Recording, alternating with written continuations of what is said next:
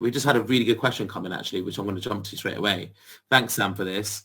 She's talking about the season, the kind of peak season for gifting. So I'm guessing Christmas is a real peak for you.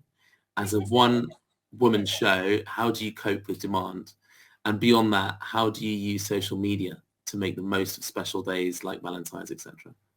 Well, I have an Instagram account which I rely on heavily, and you have to, obviously, if you want people to see you around Valentine's Day or Mother's Day, you've got to post every day. You can't just do nothing. I find that you can't just sort of do nothing and then have this real flurry of activity, because Instagram is not going to share your posts with enough people.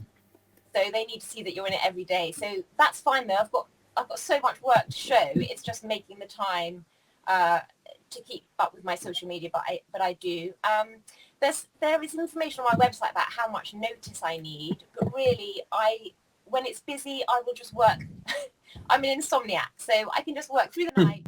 And obviously you can turn work away, and I think people are quite often, I'm surprised, but they say, oh, it's for her 40th, but don't worry, I can give it to her afterwards. For me, it's crazy, but I'm happy to go along with that, if it gives me more time. And often, yes, people don't give me much notice, but yesterday, for example, I was asked to do one of my I do these big prints like this one. Can't wait to see it. Sorry.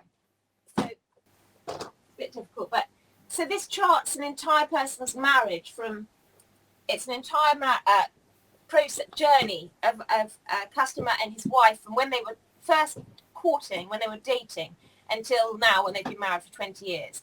And I was asked about doing one of those yesterday, and the deadline is December of 2024. Right. Oh my gosh. Okay. So you got some time for that one. It's a delicious deadline, yeah. So I have time. So that's interesting. So do you never, even in those busiest periods, you never really feel overworked? I feel overworked, definitely. Yeah, I feel overworked. But like as I said, people always say, how much time do you need? Have you got time to do it by whenever? And if I haven't, then I'll just say so. And like I said, funny, sometimes they don't mind having it late, but actually it's not bad for business to say I'm too busy. Because people love to hear that. Then it makes you sound even, you're more exclusive, and they can't wait to get on that waiting list. Amazing. And the second part of Sam's question was around social media, which I know you touched on, but just to go a bit deeper on that, how important is social media for a very kind of personalized creation like what your business is? It's really important because you've got so many events, luckily, through the year that gives me a focus to sort of post on. Obviously, I could just, be like a pet every day and, what pets I've done or what house. But if, at this time of year in spring, we've just had Valentine's Day, Mother's Day's coming up, then it's Father's Day, then you've got like end of term. So there's lots of things for thank you teacher and thank you football coach. So there's always something. And in between times, obviously advertising for events. Yes. Through the year. So basically, luckily there's events all through the year, Mother's Day, Father's Day. And then in July, and we have the end of term. So we have thank you teacher, thank you football coach. And obviously people are constantly leaving jobs, buying new houses, having babies. And in the summer, loads of weddings. So it's the perfect wedding gift.